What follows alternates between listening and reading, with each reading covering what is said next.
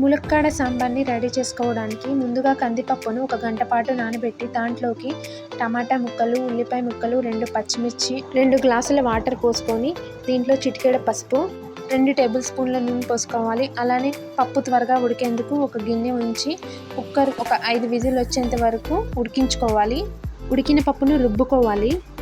తాలింపు కోసం గిన్నెలోకి నూనె పోసుకొని దాంట్లోకి ఎల్లుల్లి రెబ్బలు, జీలకర్ర, ఆవాలు, కరివేపాకు, పచ్చిమిర్చి, ఉల్లిపాయ ముక్కలు, కట్ చేసి పెట్టుకున్న ములక్కాడలు, క్యారెట్ ముక్కలు వేసి ఫ్రై చేసుకోవాలి. దీంట్లోకి 1 టేబుల్ స్పూన్ మెంతులు వేసుకోవాలి.